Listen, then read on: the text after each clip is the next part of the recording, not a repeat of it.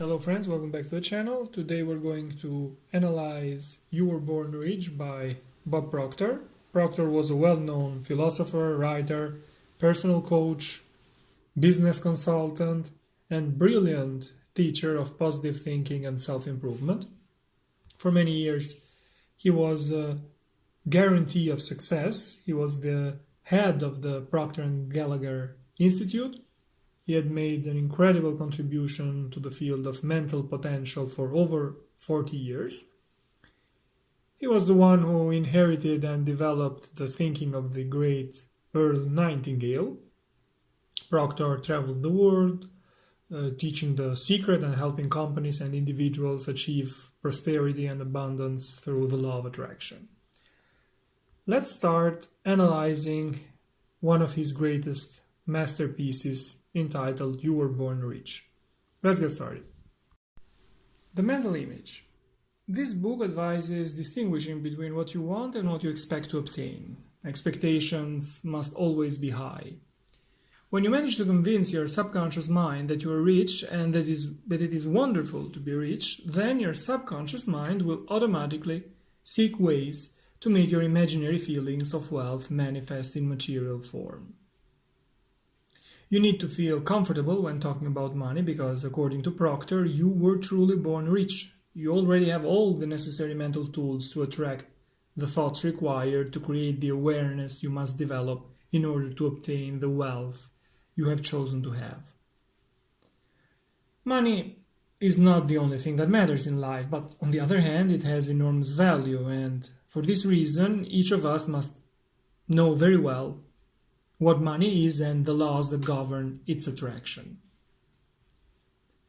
Rich people have a lot of money because they feel comfortable with it and when they talk about it. Moreover, they are people who do not let themselves be influenced by others, by other people's opinions or by criticism, because they have a clear vision and do not allow themselves to be demoralized by anyone. They listen to the voice inside their heart without trying to force results. Visualize yourself in possession of great wealth. Think of some things you would like to do with the money and then begin mentally doing them. Since your subconscious mind cannot distinguish between actually doing something and visualizing yourself doing it, this will quickly help you develop a prosperity consciousness. You must first have something mentally before you can have it physically. Proctor also gives advice on how to manage your income. According to him, what you earn on Monday morning probably represents 10% of your income. Therefore, you should pay yourself at least that 10%. You must do it immediately, not after everyone else has been paid. Also repeat this phrase: I'm healthy, money is good, I use money, and I love people.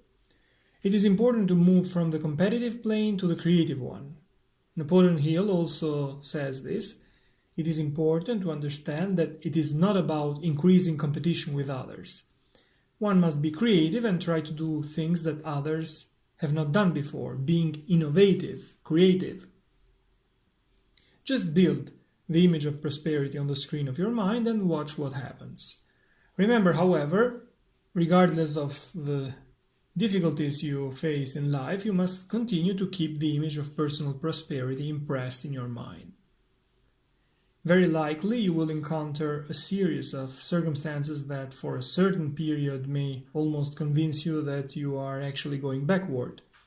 But perseverance is the key. Keep holding the picture of personal prosperity and understand that what is happening to you is what must happen to prepare you to receive the goods you desire. Let the image of prosperity float at the center of your consciousness. You will become aware of the power flowing within you, helping you realize the desires you want in your life. Build in your mind the image of what you want to be and act as if you already were that image. Johann Wolfgang Goethe said, "Before you can do something, you must first be something." You must aim to constantly improve, regardless of the work you do. Always strive to improve your results, to do more than required, to receive more. Be grateful for what you have but never satisfied. Satisfaction is one of the symptoms of decline because it removes the incentive to improve yourself. Enthusiasm and faith. Enthusiasm is very important. The word enthusiasm is made up of two words, en plus theos, which means God within. Enthusiasm is not just a simply participatory excitement, it is something deeper and more powerful. It means awakening a force that invades us, through which no goal is out of reach, no obstacle is too strong to break down, no community is beyond being involved. It is an active, centered, smiling state of mind that contains the infinite possibility of realizing dreams. The mental image must always be supported by enthusiasm. Enthusiasm radiates vibrations that influence actions and behavior. Enthusiasm allows you to act differently, and through these new vibrations you will attract people with the same vibrations. You will be able to attract opportunities you wouldn't have believed possible. Do not try to explain or fully understand these changes. Just accept them.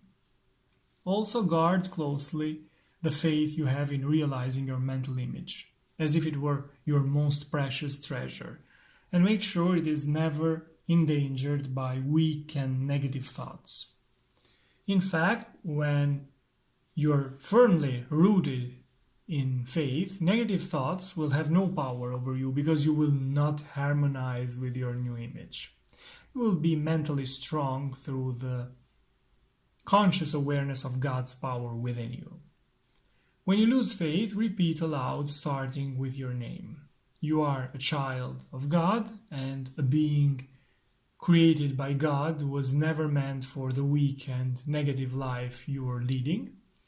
God made you for success, not failure. You are perverting the great purpose of your existence by giving into these miserable doubts about yourself, about your ability to be what you desire with all your heart to be. You should be ashamed to present yourself to your friends or relatives with a long, sad, depressed face, as if you were a misfit, as if you lacked the creative power within you, as if you had no ability to do what your Creator sent you here to do. You were created to express what you desire to express. Why not do it? Why not rise and walk like a conqueror, like David who killed Goliath, instead of giving in to discouragement and doubt and continuing as if you were a failure? The image of perfection, the image of your Creator, is within you. You must bring it to the center of your conscious thought and express it to the world. Do not dishonor your Creator by violating that image, by being anything other than the magnificent God of success you were meant to be. Desire should be combined with the expectation of receiving what you want, otherwise you will feel frustrated.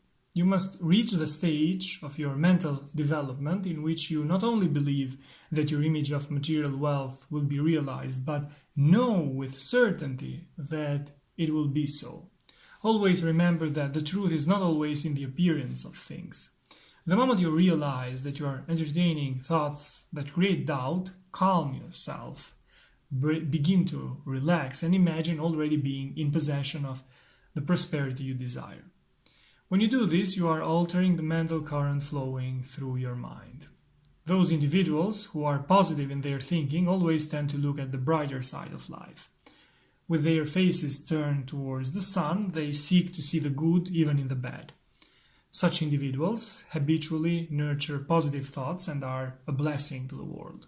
They are in a positive vibration and therefore attract other positive personalities. Negative personalities, on the other hand, habitually look at the dark, gloomy, and depressing side of life. Even good contains some evil for them. They dwell on the bad and negative. They think about it, anticipate it, expect it, and at the end receive what they are looking for. Because of the negative vibration they maintain, they naturally attract other miserable personalities. We tend to appreciate people who make us feel good. As a result, others will also tend to appreciate us when we make them feel good or when we are in positive vibrations. There are 3 specific steps to achieving prosperity in all areas of your life according to Proctor. Number 1, build the image in your mind. Number 2, give spirit or life to your image. And number 3, expect with all your heart and soul that the Spirit will openly reward you for your faith. You must remember that if your image constantly fluctuates, you will continually turn into something different. And this sets in motion a more chaotic process because you are changing vibrations. Think like risk takers and think about how to accomplish the things you want to do. Even if you fail, try again. Risk takers are people who carefully study situations, trust their abilities, and have a very positive self-image. They know they are risk takers.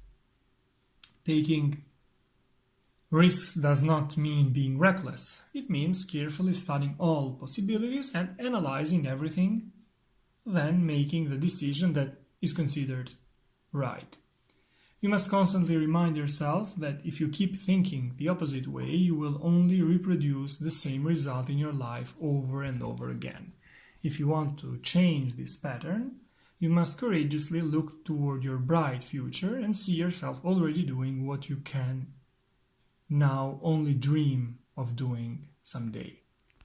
These were my notes on You Were Born Rich by Bob Proctor, a book that teaches us how to get whatever we desire in life. Thanks for watching. See you in the next videos. Take care.